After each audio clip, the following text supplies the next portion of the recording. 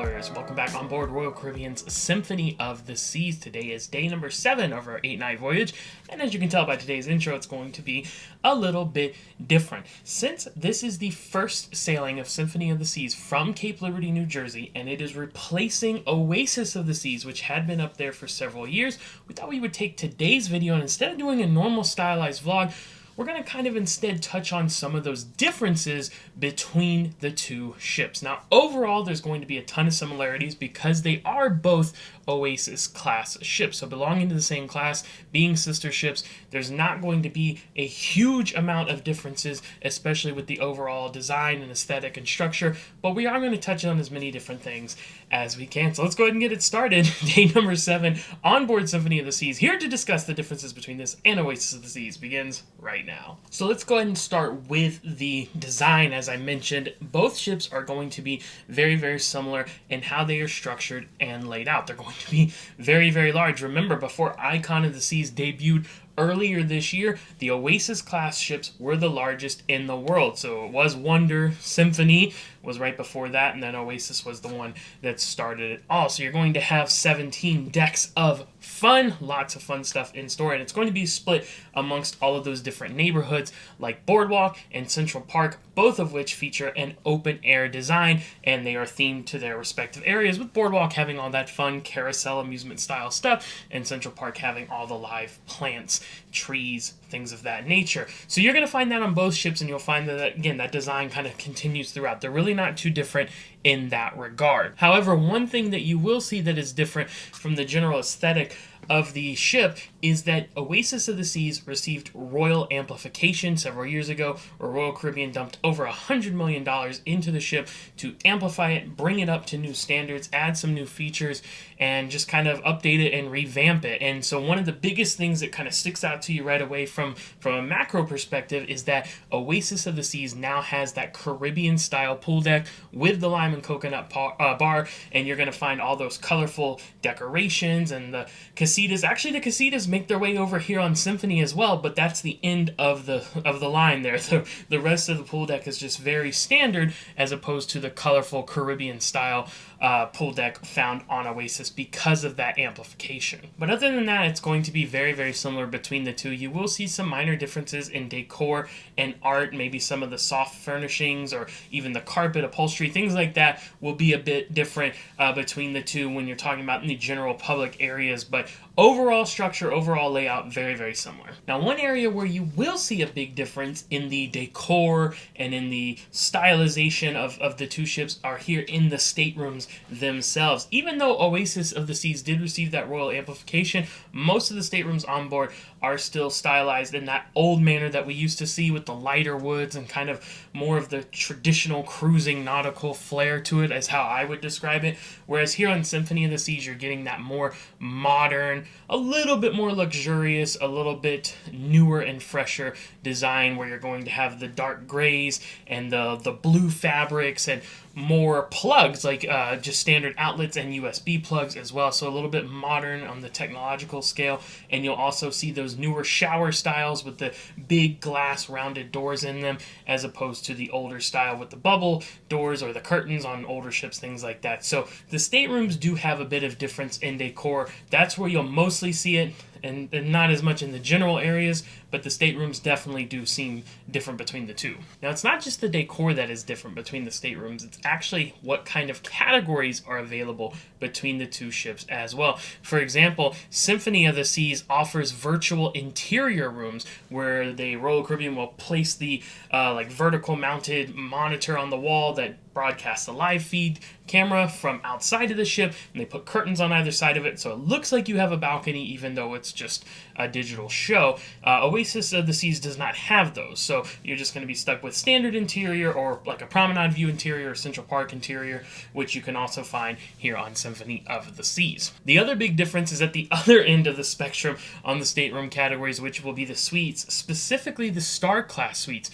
Now, both ships are part of the Royal Suite Class program, so you're going to get all those great benefits and amenities found with each level: the Sea, the Sky, and the Star. The differences in those categories between Oasis and Symphony are going to be found in the Star Class level of rooms, where Oasis of the Seas is going to offer several of the panoramic variety of rooms, including the Grand Panoramic, the Owner's Panoramic, and the Ultimate Panoramic, where they actually added those 2 suites above the bridge where the captain and the crew navigate the ship, so you get like those 270-degree panoramic views. No balcony on those, but it's a really interesting feature that they did and added on Oasis of the Seas during that Royal Amplification. You will not find those categories of suite on board Symphony of the Seas. Instead, you'll find 2 others that cannot be found on the other ship, starting with the Villa Suite. This is a 4-bedroom suite. I would love to see the inside of one of these one day. We have yet to see that, but I really want to, because it's very, very rare that you can pile as many people as you can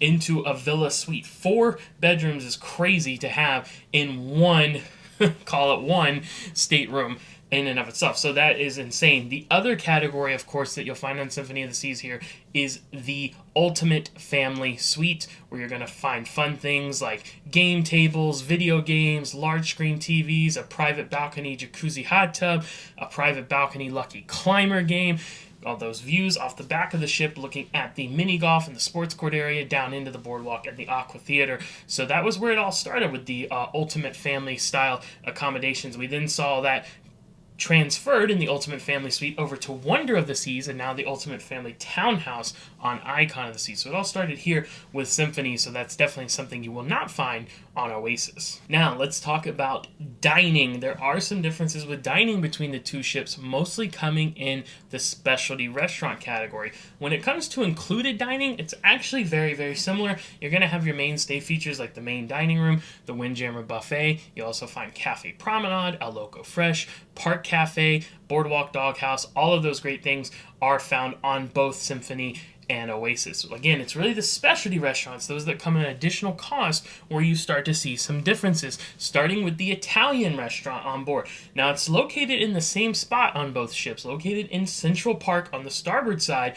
You will find Giovanni's Table on Oasis of the Seas, where you'll find Jamie's Italian by Jamie Oliver here on Symphony of the Seas. So both Italian, both in Central Park, both offer alfresco dining, but 2 different restaurants. Now, Symphony of the Seas offers 2 specialty restaurants that Oasis of the Seas does not have at all, and that would be Wonderland, imaginative cuisine, where you can get all those crazy kind of features of the menu where they do all these different things with the ingredients and present them in these really bizarre ways. It's really a dining experience more than anything. That is here on Symphony, but not Oasis, as well as Hooked Seafood, where you're going to find all your favorite seafood treats, both fried, grilled, blackened, all those different ways of having it, located in the solarium here on Symphony of the Seas, or just kind of at the entrance of the solarium, right above the actual solarium bistro. It's kind of like a tiered level thing, whereas Oasis of the Seas does not have Hooked Seafood. But just because Oasis is missing those 2 restaurants doesn't mean they're left out in the cold, as they have one of our favorite dining eatery places on board any cruise ship, which is Portside Barbecue. Now, this isn't technically a specialty restaurant because it's more of a casual fare, but it does come at an additional cost, so I kind of lump it in there into that category. Absolutely outstanding barbecue. Some of the best we've ever had, not just at sea, anywhere in the world. It is really fantastic. And unfortunately, that's the only ship you can find it on, is Oasis of the Seas. So obviously not here on Symphony, which is a bit of a shame, but all the more reason to check out both ships so you can take in those different offerings. Now, let's transition into talking about activities. And again, for the most part, these are going to be the same between both ships because they are both Oasis class ships and the design will allow them to have those similar activities. Things like ice skating in Studio B, rock climbing, sports court, mini golf, 2 flow riders. All of those things can be found on both ships. But there are certain activities and certain offerings that are only found on one of these vessels. And there's also the same activity, but with a different coat of paint on it. So let's start with something that's just different completely, and that is Spotlight Karaoke. This is a venue that was added to the Royal Promenade of Oasis of the Seas. Again, during that Royal Amplification, it gives you the option, the opportunity to take part in some karaoke, either in a public, traditional setting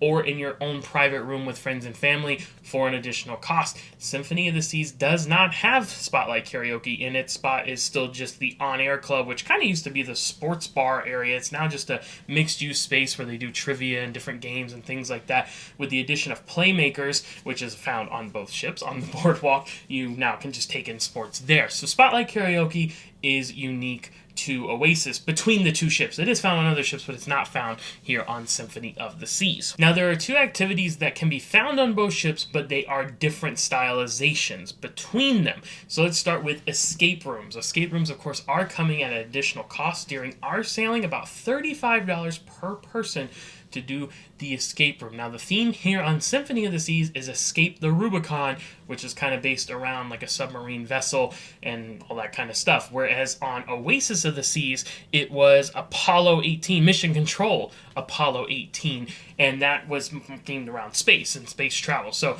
both escape rooms, both are going to be stylized kind of in the same way of gameplay, where you're going to have usually a non-linear room and you're going to be with other people. It's going to be a public setting, or it can be unless you rent it all out, but the themes and the puzzles themselves are going to be different. And another activity that's like that is laser tag. Now, laser tag can be found on both ships, and both times it will be in Studio B, but the theme of the laser tag is different. Here on Symphony of the Seas, it's going to be Battle for Planet Z, so aliens versus robots, whereas on Oasis of the Seas, it'll be Clash for the Crystal City, which is Yetis versus Snow People, I think.